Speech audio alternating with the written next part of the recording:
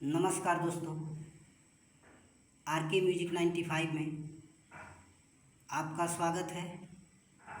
आप लोग इस चैनल को अधिक से अधिक सब्सक्राइब करें और 1000 सब्सक्राइबर का टारगेट जल्द से जल्द पूरा करें, जिससे मेरा चैनल मोनेटाइज हो सके। आज मैं लेके आया हूँ एक नया सैड सॉन्ग। अगर अच्छा लगे तो लाइक और शेयर ज़रूर करें। तो आइए देखते हैं मुखड़ा। हो सोचले न रही कबो जैबू तू बदल, सोचले न रही कबो जैबू तू बदल। आवले रानी धोखेबाजी के मेडल, आवले रानी धोखेबाजी के मेडल। मीठी मीठी बतिया में छिपल रहे छल, अरे मीठी मीठी बतिया में छिपल रहे छल। आवले रानी धोखेबाजी के मेडल, आवले रानी धोखेबाजी के मेडल। आइए देखते हैं अंतरा।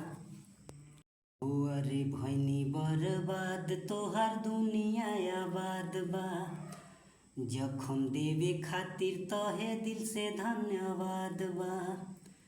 हो अरे भैनी बर्बाद तोहार दुनिया आबाद बा, जखम देवे खातिर तहे दिल से धन्यवाद बा।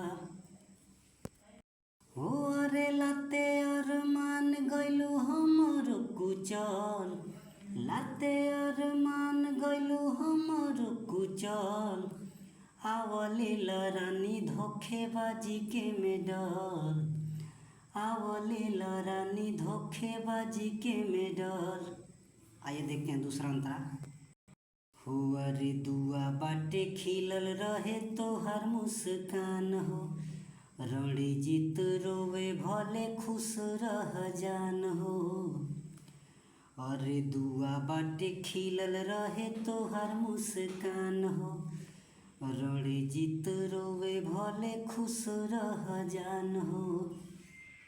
हो अरे जुड़ल नहीं दिल कबो प्यार में ही टूटल, जुड़ल नहीं दिल कबो प्यार में ही टूटल।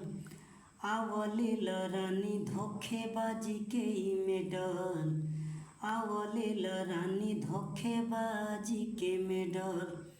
अरे सोचले न रही कबो जैबू तू बदल, सोचले न रही कबो जैबू तू बदल। आवले रानी धोखेबाजी के मेडल, आवले रानी धोखेबाजी के मेडल।